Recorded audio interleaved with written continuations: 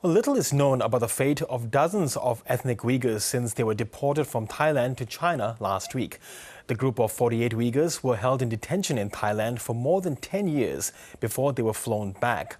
Now, this is a clip that was sent out by the Thai government last Thursday, showing what's said to be an Uyghur man arriving in Xinjiang province and being greeted by family members before the individual is taken back into a black van. Now, there are pictures as well of Uyghur deportees meeting with Chinese officials and receiving medical checks. And the deportations, however, have drawn widespread criticisms and concerns from rights groups as well as national governments, including the US and Australia. Let's get more of this from Ilham Isaac from the ABC's Chinese team. Ilham, can you give us a bit more of a background of what happened last week? Why was this group deported from Thailand after a decade of being in that country? Yes, on Thursday, Thailand deported 40 Uyghur men to China. For 11 years, they were trapped in Thai immigration system, while China pressured Thailand to send them back. And the US, the UN, the human rights groups urged Thailand not to do so, citing concerns that the men may face torture or other severe forms of punishment upon return to China. Well, keep in mind that China has been accused of committing severe human rights abuse against Uyghurs, which the U.S. calls genocide. Ultimately, in a surprise move, these men were secretly bussed out of the detention center in the middle of the night to a direct flight to China's Xinjiang region. Yes, and what do we know about at least this group of deportees? Because this has happened before quite some years ago. How did they end up in Thailand? These men were part of the larger group of over 300 Uyghurs who fled persecution in China back in 2014.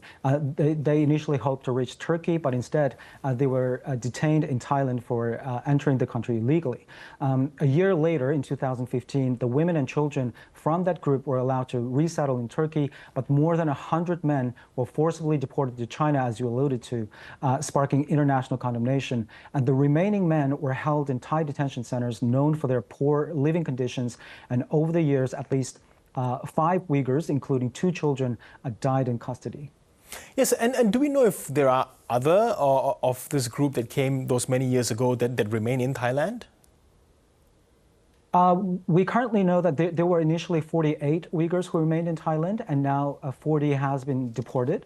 5 of them are serving sentences for attempting a jailbreak several years ago. We have no idea what happened to the remaining 3. Yes, and what's been the reaction to this from other countries and rights organizations, and how has China responded to that?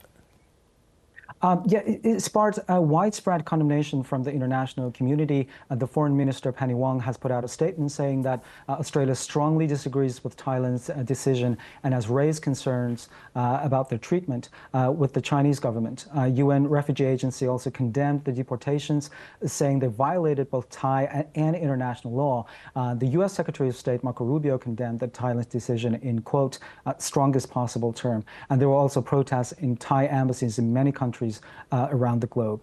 China, on the other hand, has assured that these Uyghurs will be provided with job opportunities and go on to live normal lives. And I know you alluded to this a bit earlier in this interview, but do we know what's likely to happen to these men now that they are back in China? Yes, like I mentioned earlier, there are serious concerns about the prospect of them facing imprisonment, torture, or even death, and now that they're sent back to China.